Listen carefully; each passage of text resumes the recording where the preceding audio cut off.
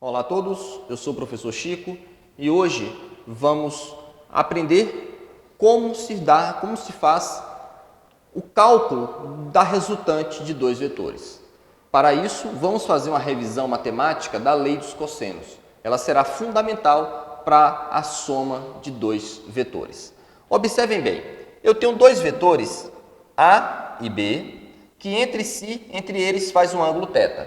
Observem que esses dois vetores estão com a mesma origem, estão com as origens em comum. Para representar a soma desses dois vetores, nós vamos fazer uso da regra do paralelogramo.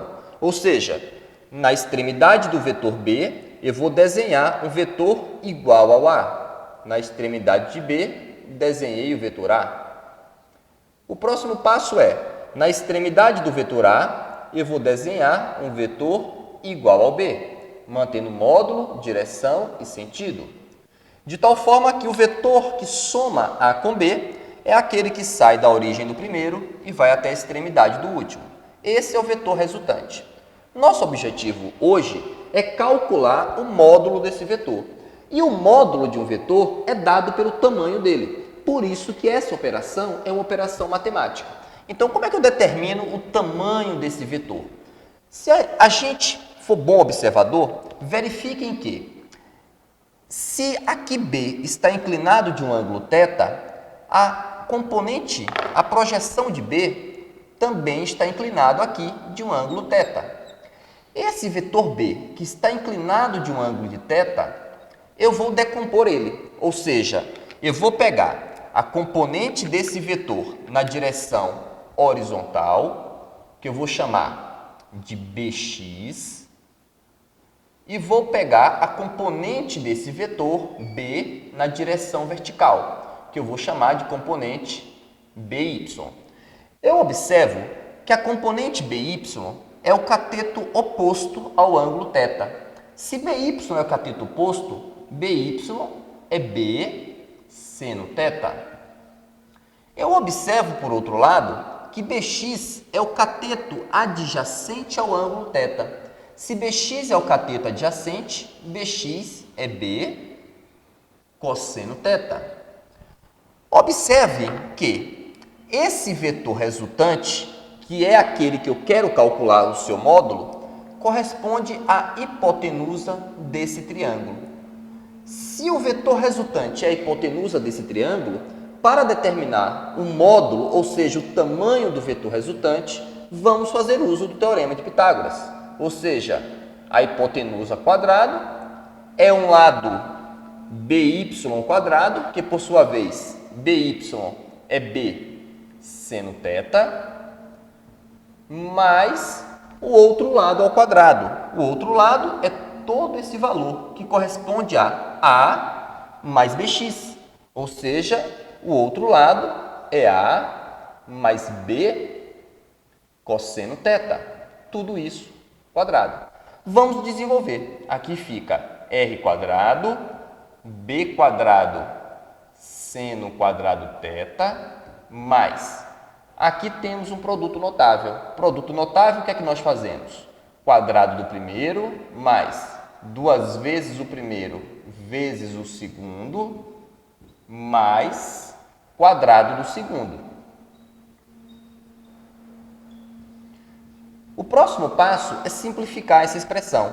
Observe que, simplificando a expressão, eu verifico que B é um fator comum. Ele está se repetindo nesse termo e nesse termo. Vamos colocar ele em evidência. Então, ficaria assim, A quadrado mais B quadrado, entre parênteses, seno quadrado θ, mais cosseno quadrado θ, mais 2AB cosseno θ.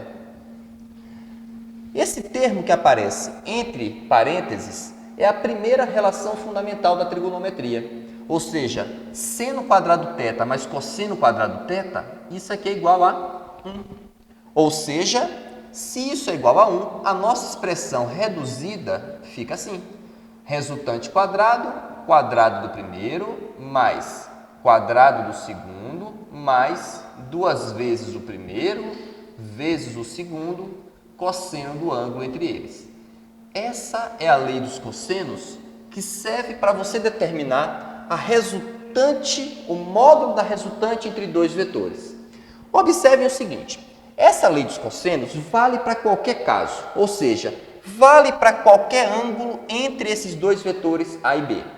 A gente pode deduzir alguns casos particulares. Por exemplo, se esse ângulo θ for igual a zero, quando o ângulo θ é igual a zero, aquela expressão fica assim, resultante quadrado igual quadrado do primeiro, quadrado do segundo, mais 2 vezes o primeiro vezes o segundo, porque cosseno de zero é igual a 1. Essa expressão é simplesmente colocar A mais B ao quadrado. Isso aqui é o produto notável, de tal forma que esse 2 pode ir embora com esse 2, daqui eu tiro que essa resultante fica A mais B. Ou seja, quando dois vetores fazem entre si um ângulo igual a zero, é o caso em que dois vetores têm a mesma direção e o mesmo sentido. Se dois vetores têm a mesma direção e o mesmo sentido, o módulo da resultante é o módulo da soma de cada um dos vetores. Outro caso particular que podemos deduzir é, e se esse ângulo θ vale 180 graus? Se o ângulo θ é 180, usando a lei dos cossenos, eu chegaria à seguinte expressão, resultante quadrado, quadrado do primeiro, mais o quadrado do segundo, mais 2 vezes o primeiro, vezes o segundo, vezes menos 1.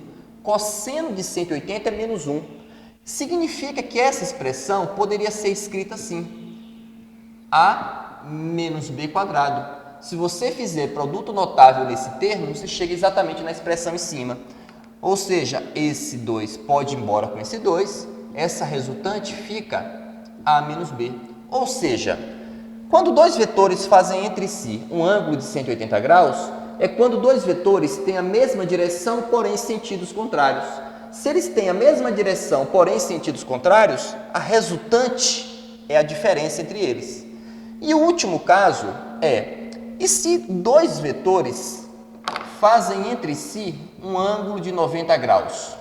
Ou seja, se dois vetores são perpendiculares entre si, usando a lei dos cossenos, a resultante quadrado fica quadrado do primeiro mais quadrado do segundo e só, porque cosseno de 90 graus é igual a zero.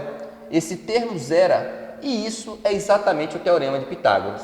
Ou seja, quando dois vetores fazem entre si um ângulo de 90, eu posso usar o teorema de Pitágoras para chegar na resultante entre eles. Então, a lei dos cossenos serve para todos os casos. Esses 3 casos que destacamos são alguns casos que são deduzidos a partir da lei dos cossenos. Trabalhe novamente essa demonstração e trabalhe novamente cada uma dessas particularidades. Essa foi a dica de hoje. Muito obrigado a todos e até a próxima aula.